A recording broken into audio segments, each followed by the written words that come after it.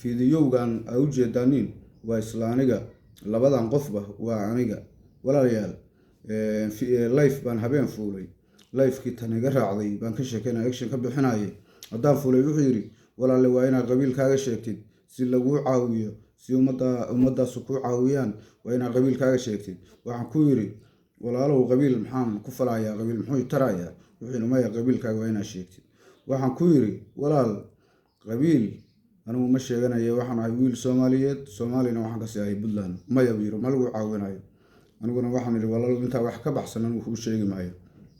qabiilka marka waxaan ku diiday qabiilka walaalayaal qabiilka waxaan ku diiday qabiilku hadduu wax tarayo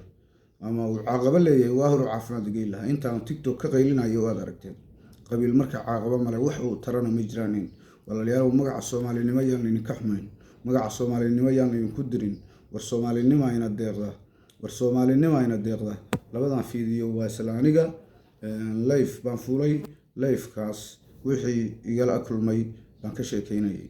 walaalayaal markii dambe livekii waa la iga tuuray in odaya waa caana